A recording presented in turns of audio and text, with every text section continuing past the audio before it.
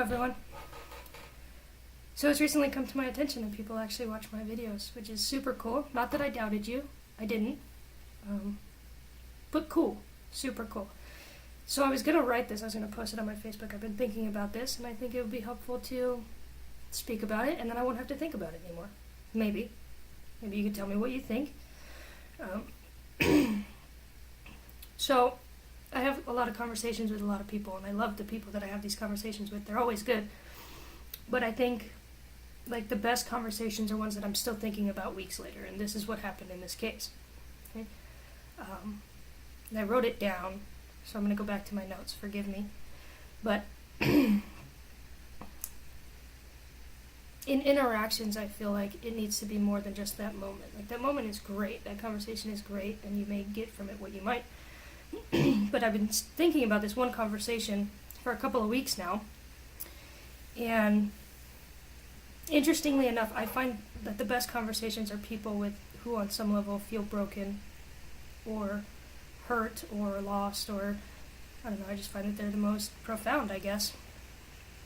So that leads me to believe that sometimes we lose ourselves, and the universe acknowledges that, realizing it's the only way to really get us back to ourselves. So it's like we've created this human being that is probably not ourselves, or at least not our best self, and the universe is like, no, I don't like that one. So they completely destroy you. Right? I say they, it, God, the universe, whatever you believe in. Just completely destroy everything so that you can rebuild. Right? So that we can put the pieces back together again and try to make sure they're in the right spot this time. Because we can always put ourselves back together, but maybe not necessarily how they're supposed to be, or the best way for them to be. So I find that other people may help us put our pieces back together again, and it might be okay for that time, or a long time even. But if they're really not in the right spot, the universe will somehow find a way to destroy it. So you have to rebuild and put it back in the right spot. So the conversation is this. Without giving too much background about the actual conversation, how do you know someone? That's the question. To know, really know someone, what does that mean? To actually know another human being. There's so many different levels and so many different ways and so many different relationships, and you have friends and acquaintances and all these different things. So I'm thinking about this, and what does it mean to really know someone? And to really know someone, and to think about relationships, intimate relationships as well. I am not the person to take relationship advice from, I'll be the first to admit that. But this is what I think. And I think what I think is pretty legit to think. So maybe you can tell me. Correct me if I'm wrong. It's fine. But to me, it reminds me of a cupcake. And no, I'm not hungry. So maybe I was when I wrote this. I don't know. But when I think of people, I think of cupcakes. When I think of relationships, I think of cupcakes. Who doesn't like cupcakes? And if you don't like cupcakes, do not comment on this video. We're no longer friends. Just kidding. So the way I think about it is this. So the bread of the cupcake is who the person really is, right? It has the most weight. It's the most abundant, right? So that's like the base of the cupcake. Imagine a cupcake, right? The bread. The bread is who someone really is, right? And then there's the frosting. The frosting, to me, is life experiences.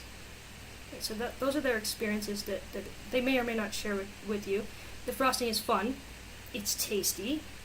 It's great to get to know and experience, and getting to share in someone's frosting, on any level, is really cool, right? Be it a friendship or an intimate relationship, right? But then sharing in that life is the cherry on top, right? So they have who they are, that's the bread, and then they have their own life experiences, which they may share with you, just in conversation or getting to know each other or whatnot.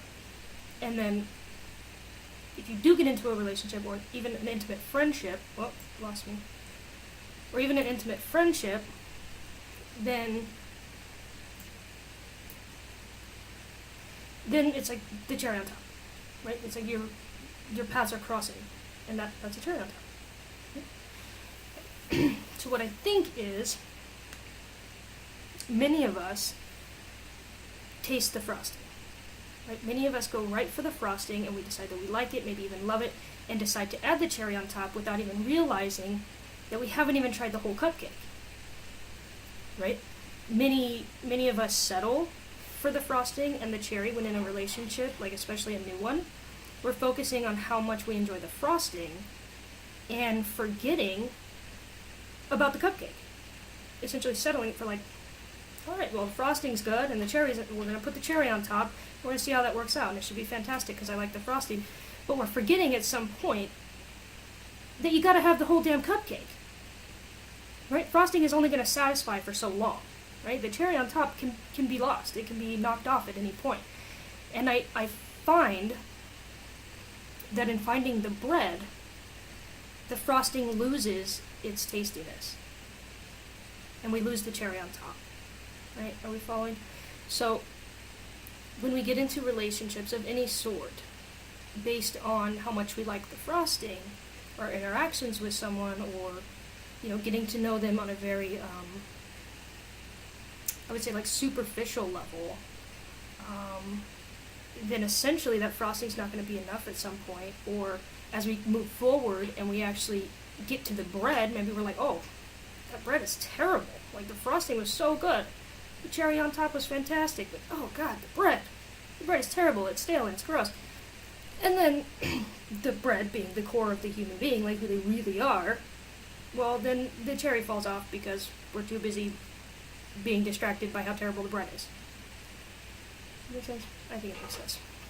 What is wonderful though, and what I encourage everyone, including myself, to try to do, is like find the cupcake first, right? Find the bread. Get to know the bread. Just find out if you enjoy the bread without the frosting, and surely without the cherry. I mean, way before the cherry. And then, if you know someone's core, really who they are at their foundation, it can be so much more enjoyable when you add the frosting and add the cherry, right? So, if we know our cupcakes well, not just the frosting, the sweet, fun topping, but the doughy insides, then we can build from there and decide. And let's face it, everyone likes frosting. It's freaking good. Everyone loves frosting. Who doesn't love frosting? And if you don't love frosting, do not comment on this video. Frosting is fantastic. It's sweet and it's delicious and it's fun and wonderful, right? But it can be gone very quickly, right? The cherry on top now that can then fall off or even be stolen from your cupcake if they're not made together correctly, right? So here's the situation. I once made cupcakes for someone's birthday, and their favorite cupcake I found out was like a chocolate cupcake with like a sweet strawberry built into the middle of it, and then like a very light frosting and a strawberry on top, which was fantastic, right? And thinking about it, I think that's that's my cupcake. I think that's definitely my cupcake. There may be a lot of darkness, and even the sweet bread can be a little bitter, right? But once you get past that, there's like this wonderful collection of sweet and tasty wonderfulness in the middle, and only a little bit of frosting on top, which I think is also true for me. I try to be as transparent as I can, and although I've attempted many times for the cherry on top, but because either myself or they don't get to know the cupcake first, the cherry always falls off and the frosting melts away, and that's kind of what happens. And I have to say that sometimes people's frosting is not always sweet, right? Have you ever seen those cupcakes? They have like pistachio frosting. I can't imagine pistachio frosting. I'm not my cupcake. Okay, I'm not. But I can't imagine that like pistachio frosting is sweet. But you know what? Some people are into it. Some people are totally down for it. And you know what? If you like pistachio frosting, then go for it. Just make sure that the bread is what you like as well, right? Like you're really into the bread, and then I guess the frosting is like, okay, right? Maybe it'll be good. Maybe I should try it sometime. I'm not sure. It doesn't sound good to me, but fuck me if some people aren't into it, right? Even if your frosting doesn't sound good to one person, doesn't mean that there's not someone out there that's going to be obsessed with it, right? Or that loves it. But I guess what I'm saying is I'm encouraging people to make sure that whoever isn't trying to enjoy their frosting or attempting to put the cherry on top of the cupcake, making sure that they enjoy the whole cupcake. Not just pieces of it, not just parts of it, not just the frosting, right? And I think in order to do that, we first must know what our cupcake is. Like, what is your cupcake? Is it chocolate, sweet, but a little bitter? Is it like vanilla, which is super like sweet and soft, right? Is it friggin' banana bread? Has some nuts, right? A little hard to swallow sometimes, but you know what? It tastes great. And no matter what kind you are, if you are, and you share it, you'll be able to find a cupcake that loves your cupcake and is grateful for your frosting and helps to ensure that the cherry never falls off. Right? So that's the idea. Is like, what sparked this whole thing was that someone I've known for a very, very, very long time, straight up was just like, do you even know me? And the response was kind of like, no. But yes, very well. I know this person very well. But I don't know a lot about this person's life, right? So I was like, whoa, okay. Like, yes, I do. I know your cupcake, right? And then I find that most people in my life, I know their frosting. Like, when we talk and we have conversations, I know their frosting. Like, I may have an idea of what they've been through or what they do for a living or what kind of degree they have or things like that. That's all frosting. Okay? That's all just the frosting. But I don't really know who they are at their core, which is the cupcake. There are a few people in my life who I know truly their cupcake, their bread. I'm very familiar with their bread, but I may not be familiar with their frosting. And so, surely, of course, the cherry on top like differs on different relationships, right? Like different relationship statuses. So it's like, that's fair, I think. That's a fair question, and I think it was a fair answer. In that, yes, some people, I absolutely know who they are at their core. I know their bread. Other people, I know their frosting, and then there are people that I've been in relationships with that I threw a cherry on top of something that didn't even frickin' exist, right? I was like, oh, there's gotta be something there, right? Just throw it now, and then it, of course, falls to the ground, gets squished, thrown away and stuff because it has nothing to be on, right? You can't have a cupcake without the bread. I mean, sure, you can just like eat frosting out of the jar, that's fine, but that's gonna give you a stomach ache real quick, right? And if you can eat a lot of frosting without getting a stomach ache, again, do not comment on this post. So this is what I'm thinking. This is what I have been thinking for a couple of weeks now. And I think it's cool. And I think I'm a chocolate cupcake. That's what I think. With sweetness inside, surrounded by maybe darkness or bitterness, like a little bit bitter. That's fair, yeah. I think so. Very light frosting. I don't have a lot of frosting.